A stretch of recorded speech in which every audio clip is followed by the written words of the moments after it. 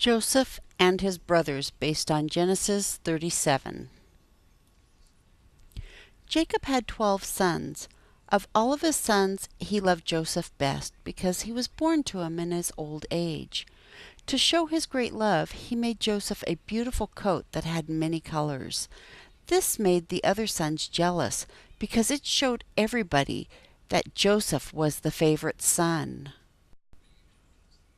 One day Joseph said to his brothers, "Last night I had a dream.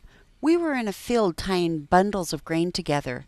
Suddenly my bundles rose and stood upright, while your bundles gathered around mine and bowed down to it."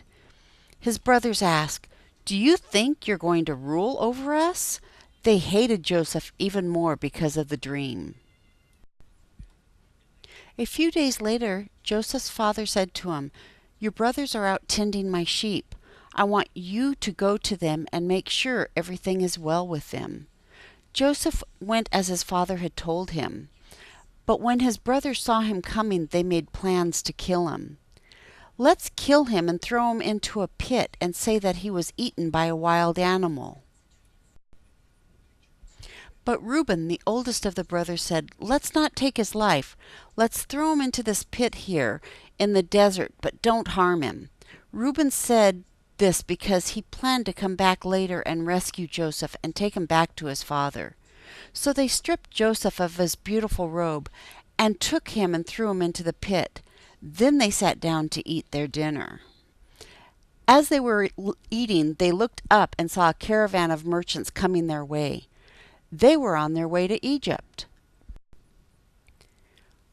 "What will we gain if we kill our brother? Let's sell him to these merchants instead." So when the merchants came by, Joseph's brothers pulled him out of the pit and sold him for 20 pieces of silver. Then they killed a goat and smeared its blood over Joseph's coat of many colors. They took the bloody coat back to Jacob and said to him, "We found this bloody coat in the wilderness. Look at it and see if it's Joseph's coat." Jacob recognized the coat and said, "It is my son's coat. Surely some ferocious animal has eaten him. He must have been torn to pieces." Then Jacob wept bitterly for many days.